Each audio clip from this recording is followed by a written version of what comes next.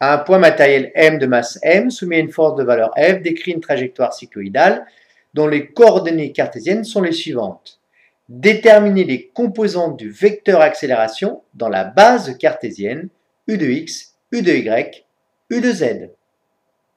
Pour trouver le vecteur accélération aux coordonnées cartésiennes grâce à pince d'or, le bon crabe, eh bien, il faut d'abord trouver le vecteur vitesse. Alors, pour trouver le vecteur vitesse, eh bien, on doit dériver la position x et la position y par rapport au temps. Un petit rappel, quand on dérive par rapport au temps sinus de u, u dépendant du temps, eh bien ça vaut dérivée de u par rapport au temps fois la dérivée de sinus u par rapport à u. Ceci, c'est u point, je vous le rappelle, et ça, c'est cos u. Alors, on va se servir de ça. La dérivée donc de x par rapport au temps, on sort r de la dérivée puisque c'est une constante.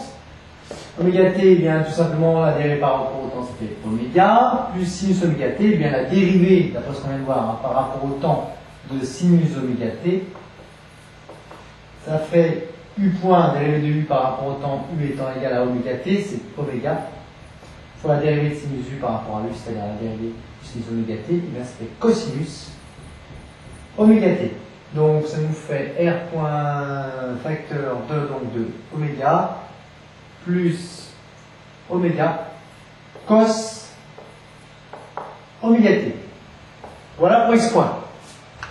Pour trouver y point, il faut dériver cosinus oméga t par rapport au temps. Ça nous donne de la même façon la dérivée d'oméga t par rapport au temps oméga.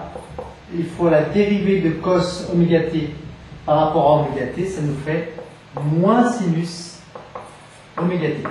Alors on va se servir de ceci. Ça nous donne donc y point moins r, facteur de 1 moins, alors on dérive le 1 par rapport au temps, ça fait 0, moins cos oméga t, eh bien ça nous donne moins cette expression-là, c'est-à-dire oméga sinus oméga t. Voilà pour le vecteur vitesse. Le vecteur accélération, maintenant, on va donc dériver une seconde fois. On dérive x point par rapport au temps, ce qui nous donne r facteur de oméga, c'est une constante, donc ça fait 0, plus oméga fois oméga, oméga carré, et la dérivée de cos oméga t par rapport à oméga t, ça nous donne moins sinus, donc ça nous donne moins oméga carré sinus oméga t. Voilà.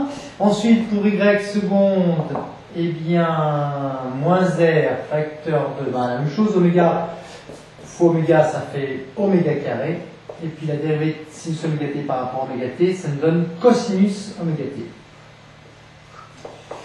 On va vérifier l'homogénéité maintenant. L'accélération, je vous rappelle, étant évidemment mètres seconde moins 2, donc ces coordonnées doivent être également en mètres seconde moins 2. R, c'est les mètres, oméga carré, c'est en radian seconde moins 1 au carré, ça donne radian carré seconde moins 2, radian est sans unité, donc ça nous donne bien, sans dimension physique, pardon, donc ça nous donne bien des mètres seconde moins 2, pareil ici. Sinus oméga t, évidemment, est sans unité, oméga c'est en seconde moins 1 fois un temps qui est en seconde.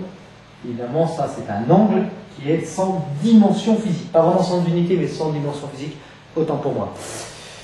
Pareil ici, donc mètre seconde moins 2. Voilà.